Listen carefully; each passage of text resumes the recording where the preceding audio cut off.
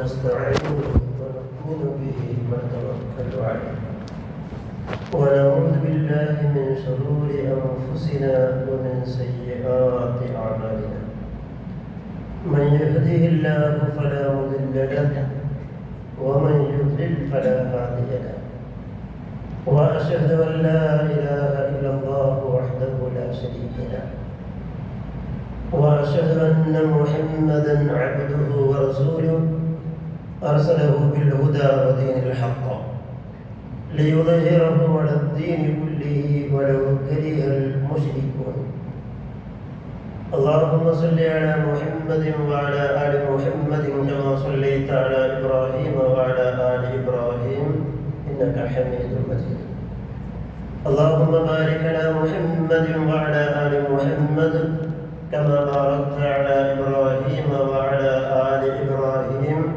إنك حميد مجيد أما بعد فإن أصدق الحديث كتاب الله وخير الهدي هدي محمد صلى الله عليه وسلم وشر الأمور محدثاتها وكل محدثة بدعة وكل بدعة ضلالة وكل ضلالة في النار فيا أيها الناس أوصيكم عباد الله وإياي أولا بتقوى الله يا أيها الذين آمنوا اتقوا الله حق تقاته ولا تموتن إلا وأنتم مسلمون أعوذ بالله السميع العليم من الشيطان الرجيم بسم الله الرحمن الرحيم وإذ قال إبراهيم رب اجعل هذا البلد آمنا واجنبني وبني أن نعبد الأصنام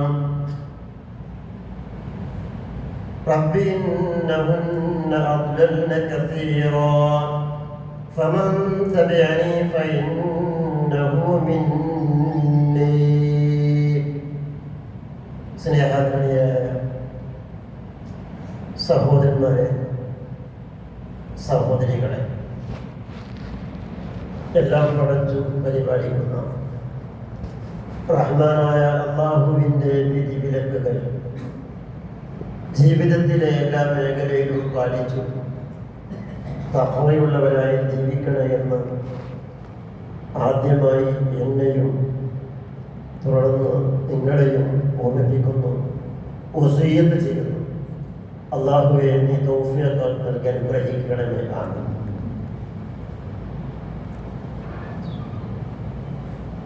നാം പവിത്രമായ ദുൽഖഅദ മാസത്തിന്റെ അവസാനത്തെ ഭാഗത്തിലാണ് നിലകൊള്ളുന്നത്.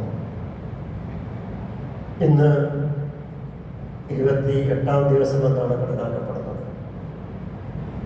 നമ്മിലേക്ക് കടന്നു വരാൻ നാം സ്വാഗതം ചെയ്യാൻ പോകുന്നത് ഏറ്റവും പുണ്യമേറിയ ദുൽഹിജ്ജ മാസമാണ്. ദുൽഹിജ്ജ എന്ന് പറയുമ്പോൾ തന്നെ നമുക്ക് ഹജ്ജാണ് ഓർമ്മ വരുന്നത്. ലോകത്തിൻ്റെ നാനാഭാഗത്തു നിന്ന് ഈ വർഷം ഹജ്ജ് കർമ്മം നിർവഹിക്കുവാൻ അല്ലാഹു തൗഫീഖ് ചെയ്ത പലരും കഅബാലയത്തിന്റെ പരിസരത്തെത്തി ഉംറ കർമ്മം നിർവഹിച്ചു കൊണ്ടിരിക്കുകയാണ്. പലരും യാത്രയിലുമാണ്. ഈ അവസരത്തിൽ ഹജ്ജ് നമുക്ക് നൽകുന്ന പാഠം എന്ന്, ഹജ്ജ് എന്നുള്ളത് ഒരു പാഠശാല എന്ന് പറയാം. എന്താണ് നമുക്ക് ഹജ്ജ് നൽകുന്ന സന്ദേശം? എന്താണ് അതിലൂടെ ലഭിക്കേണ്ടുന്ന പാഠങ്ങൾ? അതാണ് നാം അറിയേണ്ടത്. ഹജ്ജ എന്ന് പറഞ്ഞാൽ ഖസദ, കരുതി എന്നാണ് നേർക്ക് നേരെ ഭാഷാപരമായ.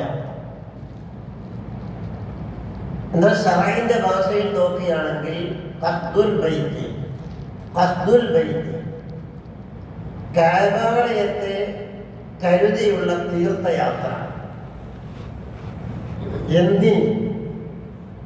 ലിമനാസികിൽ ഹജ്ജ്, ഹജ്ജിന്റെ ആരാധനാ മുറകൾ ചെയ്ത് തീർക്കുന്നതിന് വേണ്ടി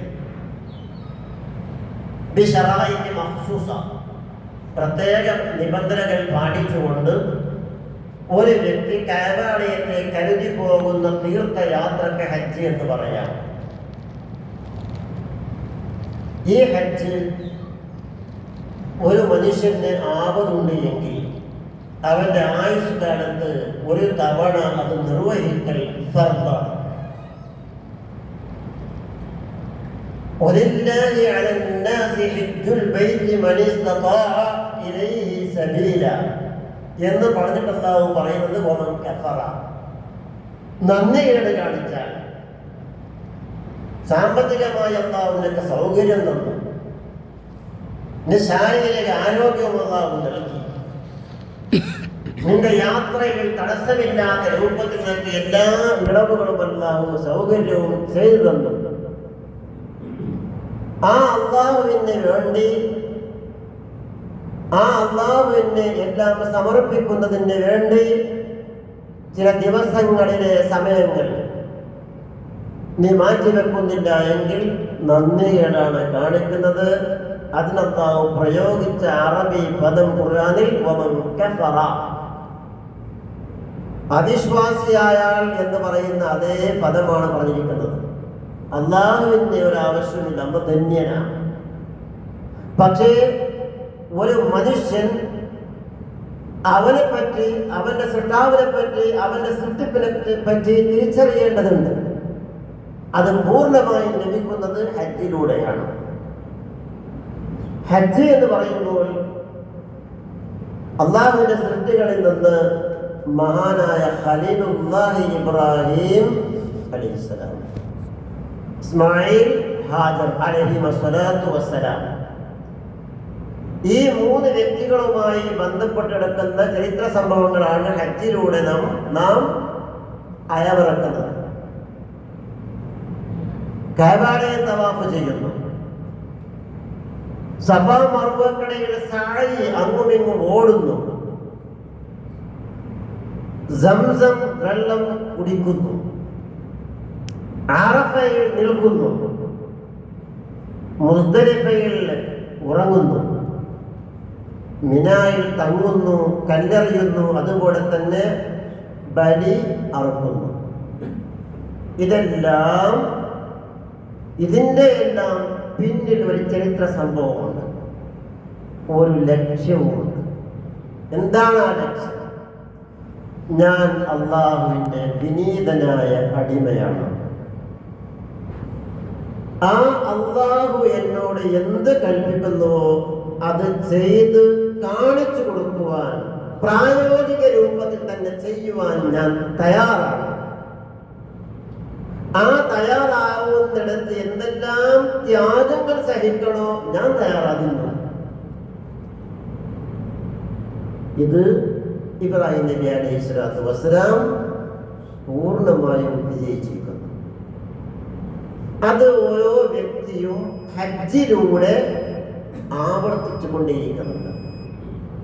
അതുകൊണ്ടാണ് ഹജ്ജ് എന്നുള്ളത് തൗഹീദിന്റെ പാഠശാല, സമത്വത്തിന്റെ പാഠശാല,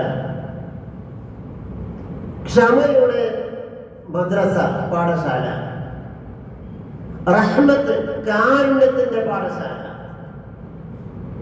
തൗബയുടെ പാഠശാല